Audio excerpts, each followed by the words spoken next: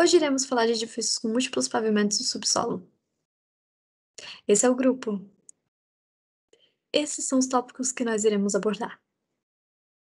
Para começar, nós vamos falar sobre a tipologia escolhida, que é uma edificação com múltiplos pavimentos e subsolo, que traz algumas complexidades, não só quanto à engenharia, como também à execução da obra. E com isso, a gente usou como base a cidade de Matarazzo, um novo empreendimento localizado na cidade de São Paulo. O edifício faz parte de um grande complexo que envolve edificações de usos diversos, como religioso, hospitalar, comercial, habitacional. Ele foi projetado pelo arquiteto Jean Nouveau. Dentre os disponibilizados pela professora, e ele foi o que mais se assemelhou ao solo da região da Avenida Paulista, onde se localiza a obra, pois ele é caracterizado por uma argila arenosa no seu nível superior, seguido por uma areia argilosa em seu nível mais abaixo. E já quanto aos serviços preliminares de uma obra, eles são basicamente uma série de etapas que visa planejar e organizar as fases que englobam a construção de um edifício, e sendo o primeiro estágio da construção, ela tem uma certa importância relacionada à qualidade da obra, pois ele lida com questões de tempo de execução e orçamento. Dentre as etapas de serviços preliminares, nós temos como exemplo as sondagens, demolição, preparo do terreno, terraplanagem, contenções, drenagem, ligação provisória da água e energia, instalações provisórias, canteiro de obra e locação da obra. O material resultante das operações integrantes dos serviços preliminares deve ser retirado e estocado de forma a não agredir o meio ambiente.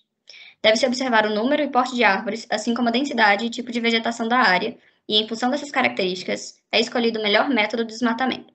Os equipamentos mais comumente utilizados são tratores de esteira, equipados com lâmina e escarificador, motoniveladora, pá carregadeira e ferramentas manuais diversas, como motosserra, foices, alavancas, machados e demais ferramentas. O movimento de terra ou terraplanagem é necessário para obter o nível do terreno desejado para a obra, baseado na planta e no levantamento topográfico. Portanto, deve ser feita a definição correta destes. Essa movimentação de terra pode acontecer de 3 maneiras, de acordo com a opção do projeto, claro. 1. O corte, 2. O aterro, ou 3, que é um sistema híbrido combinado de corte e aterro, chamado compensação. Esse terceiro sistema é um sistema mais inteligente, pois se economiza na carga, no transporte e na descarga.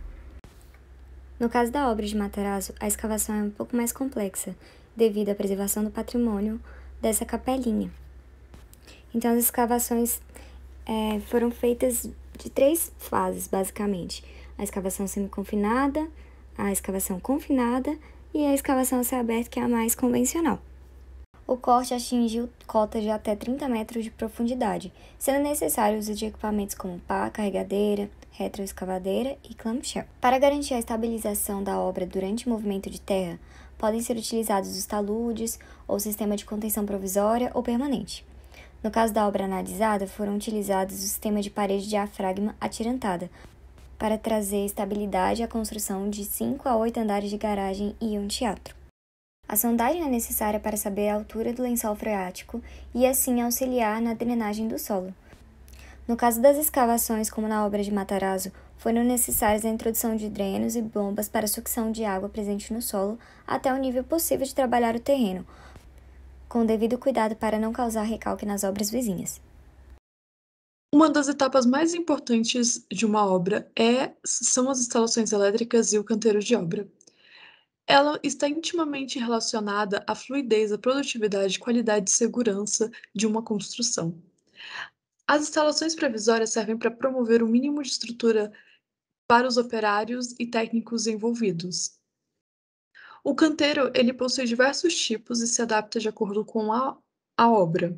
Por isso, é necessário ter um bom layout, um bom planejamento para o máximo de aproveitamento e organização dentro da construção e render mais. As instalações provisórias e canteiros de obra são especificadas pelas normas NBR 12284 e NB 1367. Para exemplificar um pouco melhor, usaremos o exemplo do edifício A, localizado em Santa Maria.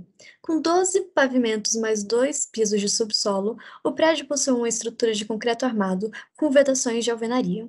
O terreno possui um alto índice de ocupação, caracterizando um canteiro restrito, que é distribuído ao longo do edifício. Mesmo assim, provém bons fluxos. Esses bons fluxos, eles são exemplificados na distribuição dos ambientes, ou seja, e das instalações, ou seja, possui banheiros no térreo, no subsolo e no 8º andar por conta da proximidade com os andares superiores. Possuem vestuários, possuem vários elementos que constituem um canteiro de obras. O elevador é localizado ao lado da varanda, na parte de fora do prédio e na frente, o que acabou sendo uma solução boa, mesmo não sendo o lugar mais tradicional, que seria no posto de elevador em obras.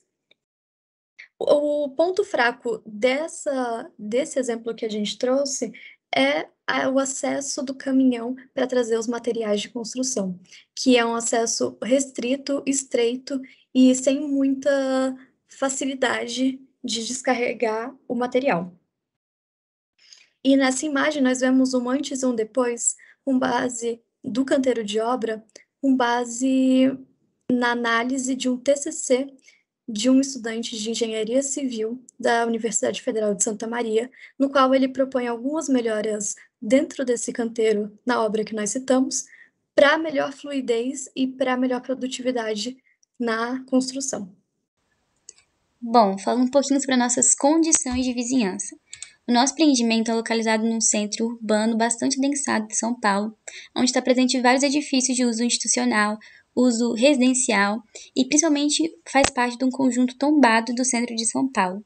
Nesse caso, o nosso laudo de vizinhança ele deve se ater esse lado tombado das vizinhanças circunvizinhas ao nosso lote.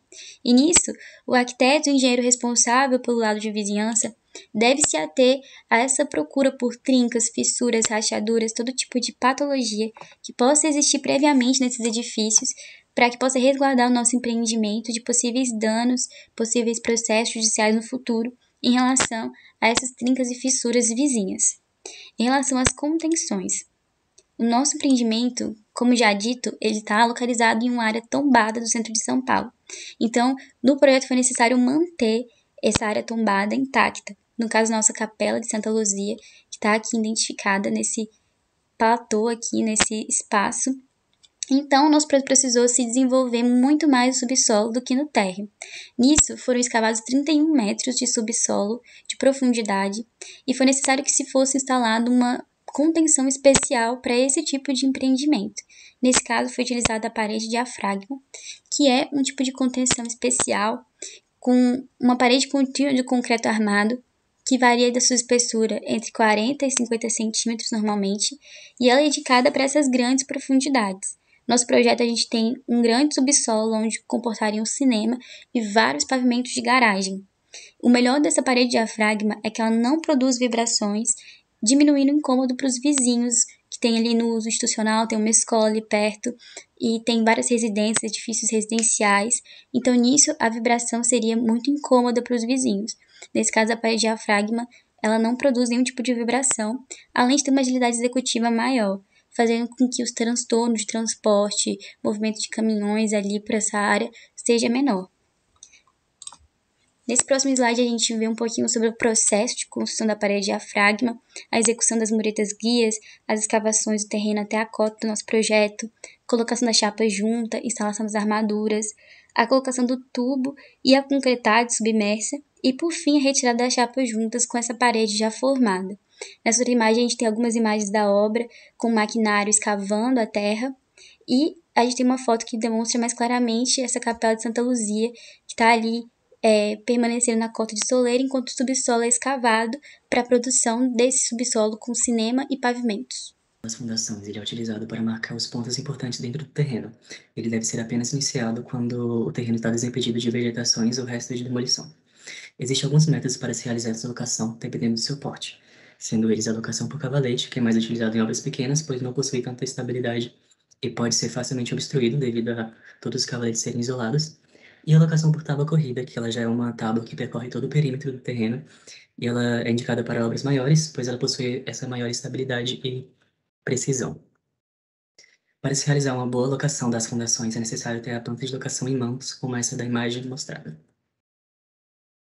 Aqui está um exemplo de planta do gabarito de obra, e é interessante ressaltar que é preciso ter esse distanciamento mínimo de 1,5 m do gabarito para a projeção do prédio dentro do terreno, e a partir desse gabarito são fixadas várias linhas em todas as suas faces, que elas estão representando as coordenadas x e y do projeto.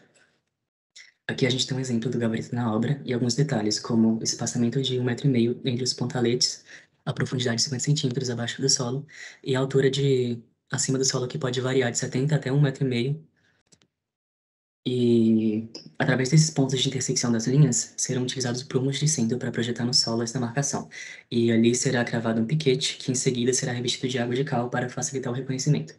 Depois que esse piquete é cravado, as linhas podem ser soltas e o gabarito desfeito. O sistema estrutural é definido pelo conjunto de elementos estruturais que o compõem, como lajes, vigas, pilares e fundações. Esses elementos se relacionam entre si de forma a fornecer um caminho seguro para a transferência de cargas de uma edificação para o solo. Existem vários sistemas e materiais que podem ser empregados na construção de uma edificação. São chamadas de estruturas tradicionais, aquelas mais empregadas em um certo local. No caso de edifícios de médio e grande porte, o mais comum no Brasil é que sejam construídas com estruturas de concreto armado moldado no local. A execução de elementos em concreto armado deve seguir uma série de etapas e controle de qualidade. O fluxograma abaixo tenta resumir de forma concisa as etapas de produção de elementos de concreto armado em obra. Primeiro se faz a produção e preparo das formas, das armaduras e o preparo do concreto. Com essas partes, se faz a montagem da peça. O próximo passo é a concretagem, que tem em si as etapas de lançamento, adensamento e cura. Passado o tempo de cura, pode haver a desforma da peça. Fundações são estruturas de concreto e ferro sob a terra que distribuem o peso do edifício em uma área maior do solo. O objetivo é evitar que a construção afunde, e por isso está posicionada estrategicamente abaixo dos pontos de apoio da futura construção. Como a fundação é a estrutura responsável por absorver todas as cargas emitidas e distribuí-las ao solo, ela pode ser de dois tipos. Fundações superficiais ou rasas são aquelas em que a profundidade da escavação é inferior a 3 metros. Esse tipo de fundação é indicado para residências ou quando o solo é firme. E as fundações profundas são utilizadas em grandes projetos, como no caso de edifícios altos. Para cada obra deve ser realizado um estudo de viabilidade para que sejam avaliadas as seguintes variáveis: característica do solo, nível do lençol freático, nível de carga aplicada, topografia do terreno, dados das construções vizinhas, custo e prazo de execução. A sondagem tem como objetivo o levantamento de informações do subsolo, como, por exemplo, o tipo de solo, recolhimento de amostras, profundidade das camadas, nível de água, etc. A sondagem permite a identificação das diversas camadas do subsolo. Uma fundação que é adequada para a construção de edifícios de múltiplos pavimentos com subsolo é a estaca, que é uma fundação profunda, hélice contínua monitorada. A alvenaria de vedação é um sistema de construção em que os blocos têm a função de fechar uma estrutura e fazer a divisão entre cômodos. Na alvenaria de vedação, as paredes suportam apenas o próprio peso e as cargas das janelas e portas instaladas. Dessa forma, as vigas e lajes ficam responsáveis por suportar as solicitações verticais e horizontais, direcionando-as para a fundação. A execução da alvenaria se dá em 3 etapas: marcação, elevação e encunhamento. A marcação é a conferência e execução do posicionamento, alinhamento, esquadro e nivelamento das paredes para execução da primeira fiada, que será a referência das demais. Mangueira de nível, nível de bolha, prumo, esquadro, linha de nylon, régua, todos esses instrumentos são utilizados nesse processo. A segunda fiada em diante é elevada, com referência na primeira fiada.